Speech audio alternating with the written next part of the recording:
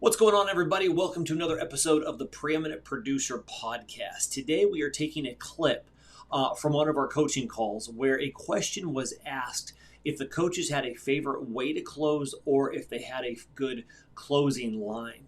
So we're going to dive into what their answer is to having a closing line to really best prepare you for that conversation of the close. So let's dig in. Are you a commercial insurance producer struggling to stand out from the competition? Do you find it challenging to grow your book of business and create a fulfilling career? If so, then welcome to the Preeminent Producer Podcast. Each week, we'll be tackling important topics, sharing proven strategies and insights from successful producers that are in the trenches and have traveled the journey to becoming a preeminent producer. You'll discover what it really takes to become preeminent and build your book of business in a way that isn't being taught anywhere else. Our hosts are experts in the field and have built thriving businesses by becoming the most trusted advisor to their clients. Welcome to your journey to becoming a preeminent producer. Let's dive in. Do you guys have a favorite way to close or a favorite closing line? I do. And it's very, very simple. We lay out the two independent decisions. And we talk about what we've talked about. We kind of go over the benefits, a year in the life of what we will be doing, the meetings we will be having. And they're nodding their heads and you can see that they're in agreement. And we usually just kind of set our pens down and sit back and say, well, you know what, after taking a look at all of this, it looks like we might be a better match for you than your current insurance broker. What do you think? And the last time I did that, there were three people sitting in our conference room across from us. And they said, just give me a minute. They put their heads together, a little huddle kind of thing, literally, and said, you're right. You are a better match for what we need, and we'll sign your BOR. I mean, as simple as that. Yeah. It's just, from what I'm hearing and the services we've discussed that you've said would be very beneficial to you and that you're not getting, it kind of occurs to me we might be a better match for you. What do you think? That's a nice soft close. Because it's not salesy. It's not, it's not intended to be salesy. And It gives them an opportunity to say, well, maybe, or no, or yes, or whatever. Right. I love that. Yeah. I love that. And I love the simplicity. I've always tried to keep the closes very simple. When I first got into the sales industry, like a lot of guys, I was given a couple books to read and stuff. And it was like trying to memorize 5 different closes and answers to these objections. And it was just so confusing, And I remember one guy told me, Matt, just ask him to assign you as the broker or those days I was quoting, but, ask him to, say something as simple as, well, I guess this is the point in the conversation where I should ask you if you'd like me to be your broker. He said it didn't have to be more complicated than that. Now, obviously, a couple of comments over the years, like all of us, I'm sure, I've modified, and I'll share one thing I kind of like with you guys here. And there's a way to marry it with your idea there, Rick, which I think was a good way to put it. And it kind of depends on, I'm going to state the obvious, but you know how you pick up vibes and personality traits of your prospects. So you kind of have to tailor, you have to be a little bit fluid here. You can't be rigid again, right?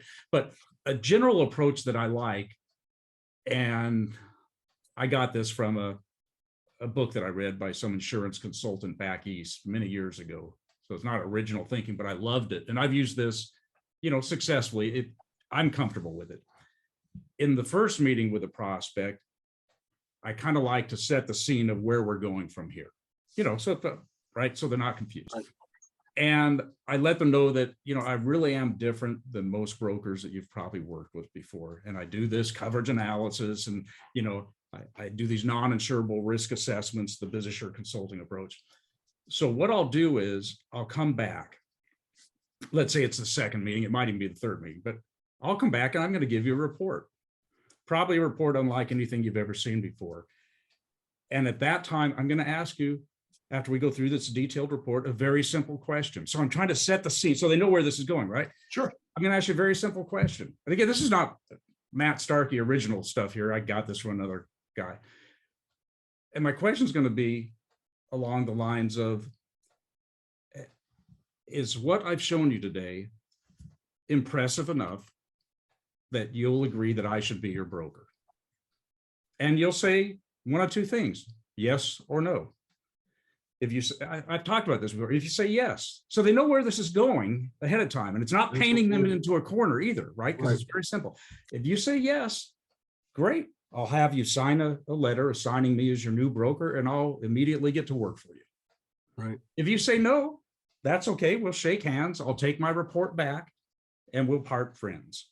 And it's so simple. So they know where it's going. So at the next meeting, when you lay all that on them, it's easy to do that. It's not quite as simple as what you said, Rick, but but I think there's a way to use some of your phraseology in that kind of approach also. So, Well, Matt, it is doubly effective using Rick's, and I love the match comment. It's very soft, Yes. but pointed. It's pointed at the real decision. What I love about what you do, and I've been preaching that as well, give them guidance on what this is going to look like and feel like as they go through the process. In business training, I've often said, I will ask you for your business at a certain point in the future, right? And well, of course, but it as obvious as that sounds, it's a way to create an expectation. The other thing I'll add quickly, and I will say this may sound a bit manipulative, but I'm into the IQ versus EQ. So I'll mention it, Amanda, because I think it's a very powerful close. And I don't use it often, didn't use it often, but when I thought it was appropriate, I did use it. And something like the following. If you are the best broker for this individual, and you know that, and they're having difficulty to break the relationship with the current broker, this is the way I've phrased that in the past. And I say something like the following: Mr. or Mrs. Prospect, this really isn't about me or about the ABC brokerage house. It feels that way right now because you have a tough decision to make, but it really isn't. This is about you. This is about your corporate family. This is about, maybe if it's a sole proprietorship, this is about your family. This is about you making the best decision for those people. This isn't about me or ABC agency. And that clarity, again, what you're doing there is you're giving a different decision for the client to make. And that different decision is actually more on point to the reality of what's going on. This is about their business. You bet. It's not necessarily about telling Joe that, sorry, we had 10 great years together, but now we're going to have to part ways. Well, and I think, Rick, don't you do something similar where you tell them? Yeah, well, Jerry, that's the next thing. And Paul, I think we're dragging us back to the BOR, but there's one final thing, and Jerry's close is fabulous. Matt's, mine, whatever. You got to do what feels right for you. But there's one final process, or one final step in the process, rather. And that is they sign the BOR and you pick it up and you're happy. And it's like, wow, okay, this is it. We're delighted that we're going to be your broker. But there's one final thing, and I kind of push it back to them or hold it. It doesn't matter what you do with it. But there's one final thing I want to talk to you about, Jerry, and that is this.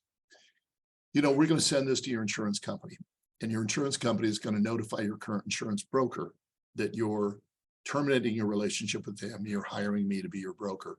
And it's not going to be a good day for your broker, and he or she is probably going to give you a call. Mm-hmm. And I need to help you kind of be prepared for that, because they're going to say, hey, I've been with you for 10 years. I sponsored your kids' little league team, all of these various things.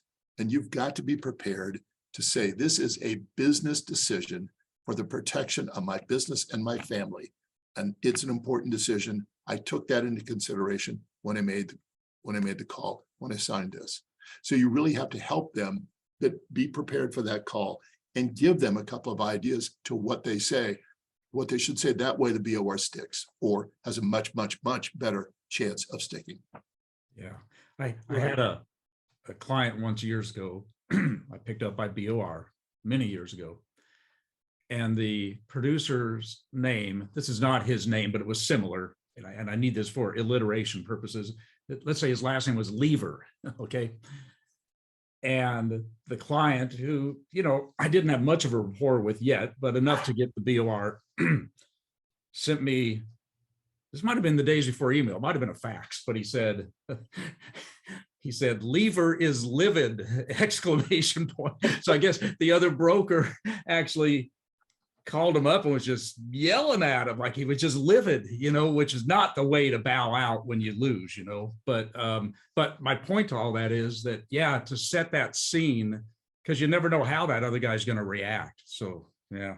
Yeah, I took one from somebody one time. This is a huge, funny story. It was a particularly large account. It was 1 million years ago, heating and air conditioning company.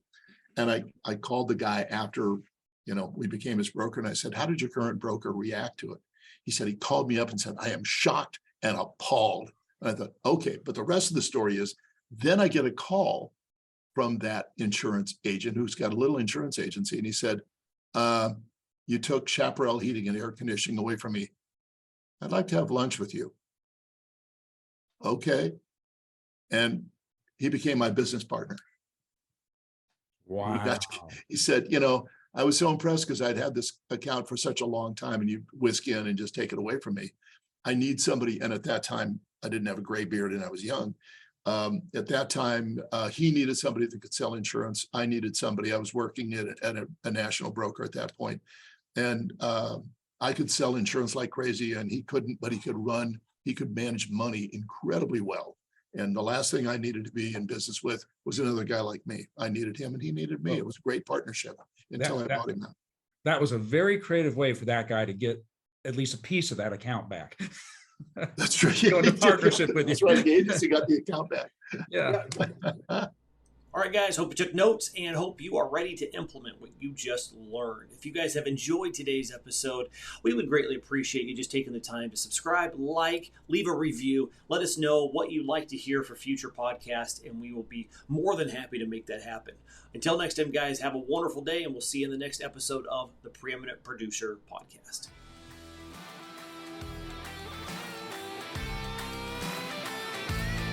Thanks so much for joining us on this episode of the Preeminent Producer Podcast. If you're enjoying the show, please feel free to subscribe, rate, and leave a review wherever you listen to your podcasts. That helps others find the show, and we greatly appreciate it. Once again, thanks for joining us, and we'll catch you in the next episode of the Preeminent Producer Podcast.